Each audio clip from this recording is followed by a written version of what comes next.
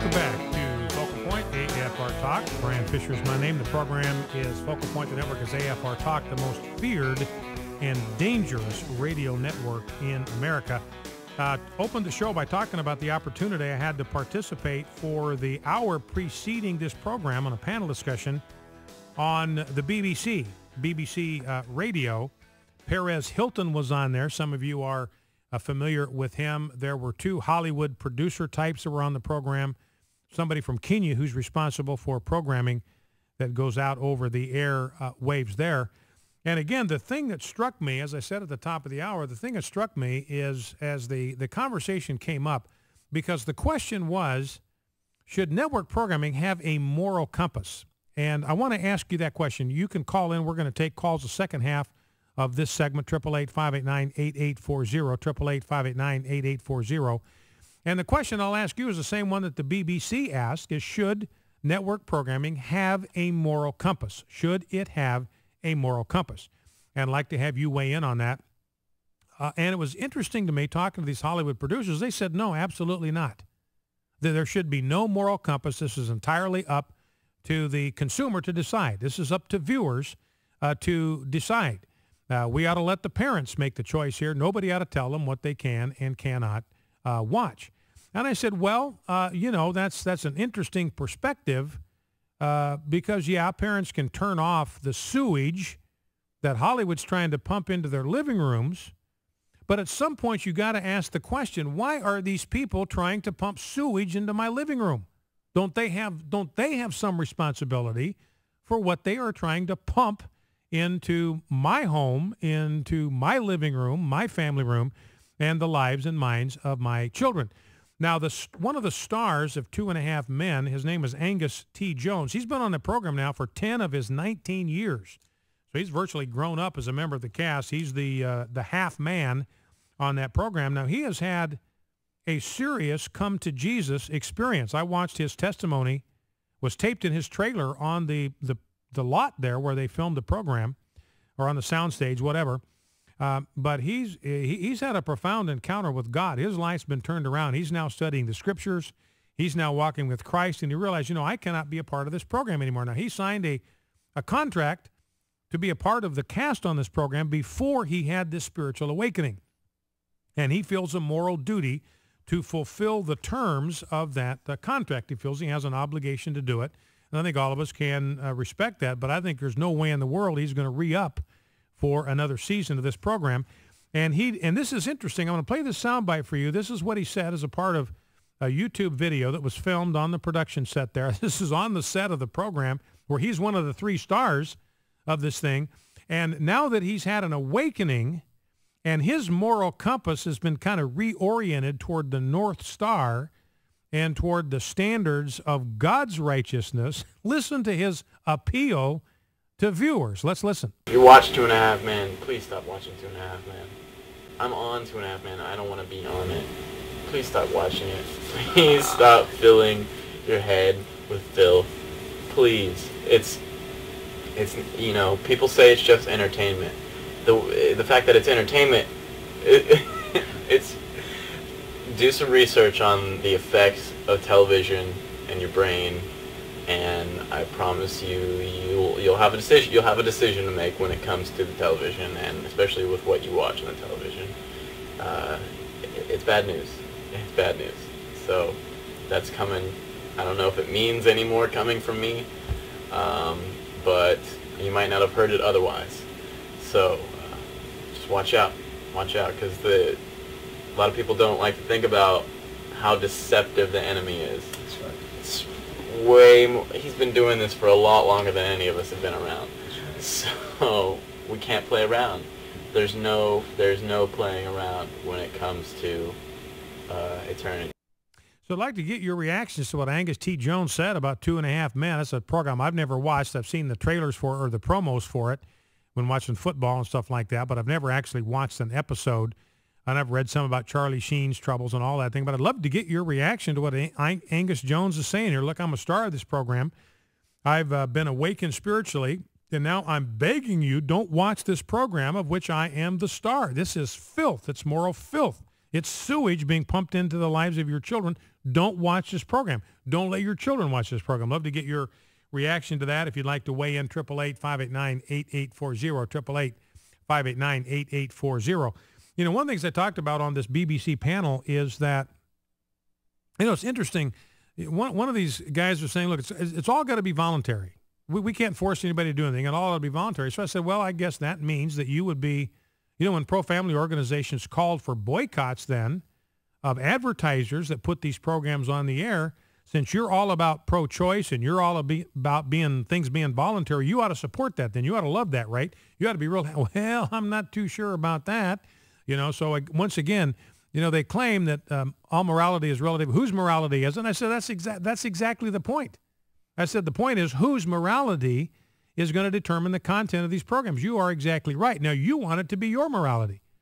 You don't want it to be our morality. You don't want it to be the morality of 80% of the American people who believe in Christ and believe in the gospel. You want it to be your morality. And you want to impose that on all of the content that's coming out of Hollywood, and you want to impose that on families that object to the kind of programming that's available to their families. You want to impose that on them. So on the one hand, you say morality is relative, but then on the other hand, you say it's a moral principle that there should be no moral restraint on anything that comes out of Hollywood. And I said, you know, at some point these producers have got to be held accountable for the content of their program, because Jesus said, look, if you cause one of these little ones to stumble, you're going to have to answer to me for that. That's Jesus talking. That's not the Old Testament God. That's not Moses on the mountain. That's not the God of flame and fire in the Old Testament. That is Jesus Christ. That's gentle Jesus, meek and mild, and he's the one saying, you're going to have to answer to me, bub, and it'd be better for you if you cause one of these little ones to stumble because of your programming. It'd be better for you if somebody tied an anvil around your neck and tossed you off the boat in the deepest part of the ocean, because you do not want to mess with me. If you have caused one of my little ones to stumble, you will beg to go back to earth and get thrown off a ship with an anvil around your neck before you have to face me for doing this to one of my little ones. And at some point I said, look, I don't want kids to be drawn into sin, and I don't want these producers of this content to be thrown into the sea with an anvil around their neck. I care about them. And I said, you know, your point of view is very careless here. You could care less about the eternal consequences of these producers.